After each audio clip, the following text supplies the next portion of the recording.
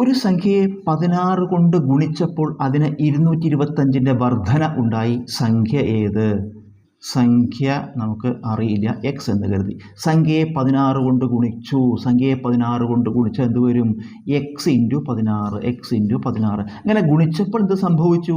ഗുണിച്ചപ്പോൾ അതിന് അതായത് അതിനെ പറഞ്ഞാൽ ആ സംഖ്യയ്ക്ക് 225ൻ്റെ വർധന ഉണ്ടായി. ആ സംഖ്യ എന്തായി? 225 കൂടി. ഏതാ സംഖ്യ? എക്സ്.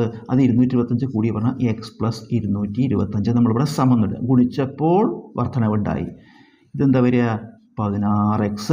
നമ്മൾ സമത്തിൻ്റെ വലതുവശത്തുള്ള എക്സിനെ ഇങ്ങോട്ട് കൊണ്ടുവരിക, ഇവിടെയുള്ള എക്സിനെ ഇങ്ങോട്ട് കൊണ്ടുവരിക. 16x മൈനസ് 1x സമം ഇവിടെ എന്താ ഉള്ളത്? 225. 16x എന്ന് 1x കുറച്ചാൽ 15x സമം 225. എക്സ് സമം 225 ബൈ 15. 15 225 എക്സ്, അതായത് സംഖ്യ സമം 15.